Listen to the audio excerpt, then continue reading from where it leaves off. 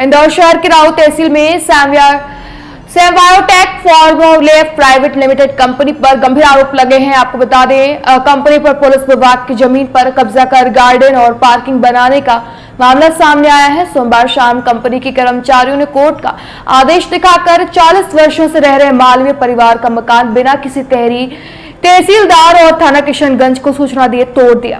पीड़ित परिवार ने आरोप लगाया उन्हें ना तो कोई जानकारी दी गई और ना ही नोटिस। भीम आर्मी ने इस मामले में तहसीलदार को ज्ञापन सौंप कर दोषियों पर कार्रवाई की मांग की है। पहले महू द्वारा आदेश करा गया था जिसमें सेमवायोटेक कंपनी के बगल में जिस अनाविदा का मकान था उसका मकान को पोजीशन से हटाकर और सेमवायोटेक कंपनी को पोजीशन में लाया गया है। इसके संबंध में जो पीड़ित जो मकान से बेघर हुआ है उसके संबंध में वो हम लोग लिखित में दे रहे हैं और जो भी नियमानुसार कार्रवाई होगी उनकी जो मदद होगी वो करेंगे। संज्ञान में नहीं था, यहाँ पर मकान तोड़ा गया है? नहीं, मेरे को अभी संज्ञान में लाया भीम आर्मी द्वारा। जी सर, क्या इन लोगों को भी नोटिस नहीं दिया गया? बिना नोटिस से मकान तोड़ा गया क्या? ये माननीय सिविल कोर्ट की कार्रवाई थी तो उनके यहाँ पर ये आप बता पाएंगे उसको। क्या नजदीकी पुलिस को भी सूचना देना अनिवार्य नहीं समझा? नहीं, बिल्कुल देना चाहिए। क्यों नहीं दिया सर? कंपनी वाली की लापरवाही सामने देखने को मिल रही है। नहीं, यहाँ वो लिखित में शिकायत दे रहे हैं, जो भी होगा उसके संबंध में सर, हमें सुनने में आया है कि पुलिस प्रशासन की जो जमीन रखी हुई है जी, इस पर भी कब्जा किया हुआ है। क्या पुलिस प्रशासन या शासकीय अधिकारी इस पर क्यों नहीं ध्यान दे? नहीं, इस पर बिल्कुल कार्रवाई करेंगे। अगर कोई चीज आ रही है संज्ञान में तो बिल्कुल कार्रवाई करेंगे। मेरा नाम सत्येंद्र सिंह गुर्जर, तहसीलदार।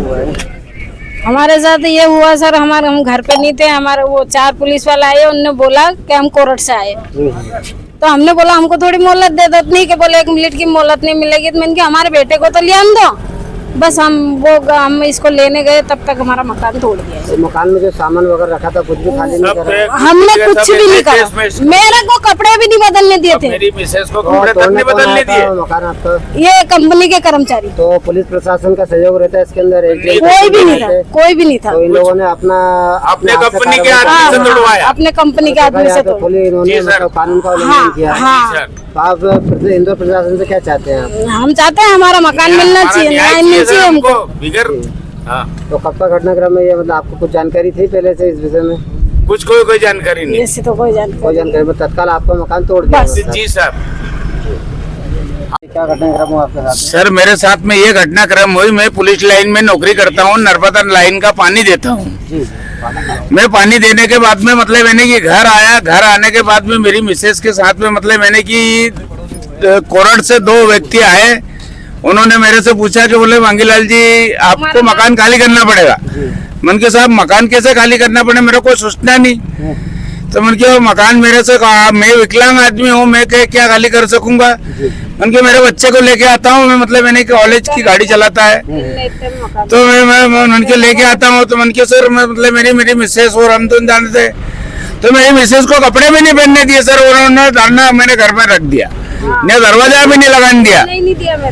और मैं मेरे बच्चे को लेने गए, जब तक मेरा मकान इन्होंने जीसीपी से तोड़वा दिया सब। मैं शाम को मेरे बच्चे 7 बजे कॉलेज की गाड़ी छोड़ के आते, मैं आया घर में सब अलमारी का ताला आला सब तोड़ लगा दिया, उन्होंने सील कर दिया, सब बाहर फेंक दिया गया सर, व्यस्त कर दिया। आपको पहले कोई सूचना नहीं दी गई थी? कोई सूचना नहीं दी गई सर, मेरे को कोई सूचित नहीं किया गया है और मेरी अनुपस्थिति में मेरा मकान तोड़ा गया है सर। यहाँ पर देखा जाए तो तहसील के अधिकारी रहते हैं, पुलिस कुछ भी नहीं था सर, कोई भी नहीं था सर मेरे। आपका मकान? हाँ, मेरी इनकी मर्जी।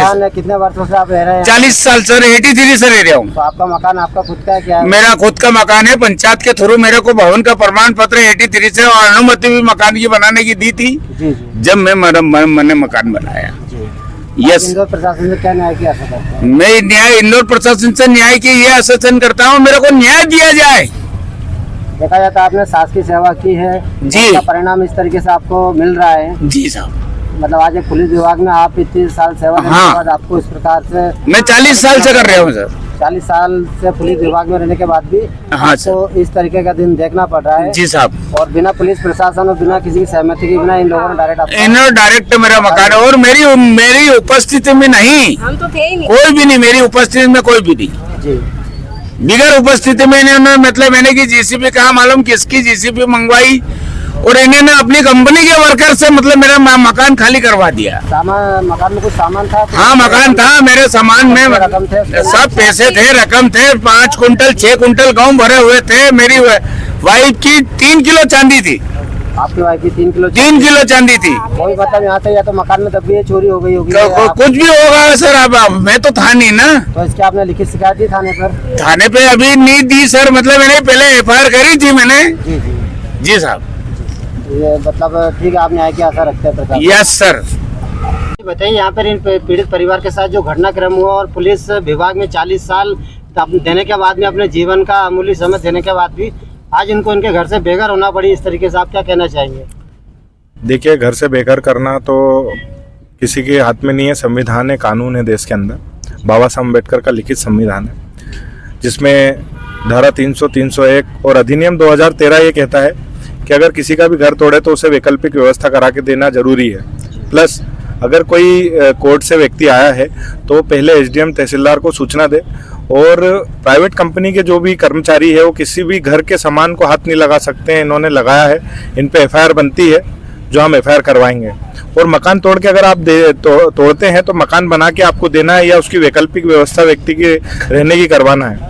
तो कल हम जब आए तो इसकी पूरी घटना सुनी कि भाई इनका जो पट्टा है, पिकडम्बर पंचायत द्वारा इनको पट्टा दिया गया था, भूमि पर मकान बनाने की इनको अनुमति दी गई थी, उसका कागज भी है। 2018-19 में अचानक क्या हुआ कि भाई इनको बोला गया कि आप केस हार गए, और कल भी इनको कोई नोटिस नहीं आया किसी प्रकार का इतने सालों में, और कल भी इनको बिना साइन किए, कल भी एक जबरदस्ती साइन करवाने के लिए कुछ लोग कोर्ट से आए थे और जबरदस्ती साइन कराने की कोशिश कर रहे थे। पर ये लोग जब बात करने गए कुछ अन्य लोगों से, उतने ही देर में इनका मकान तोड़ दिया गया बिना किसी इनकी वैकल्पिक व्यवस्था कराए। तो हम यही चाहते हैं, भीम आर्मी इंदौर यही चाहती है कि जो गरीब परिवार है जिसका रहने ठहरने की व्यवस्था नहीं है, जैसे आपने सुना होगा प्रधानमंत्री आवास योजना, तो क्या ये प्रधानमंत्री आवास योजना है?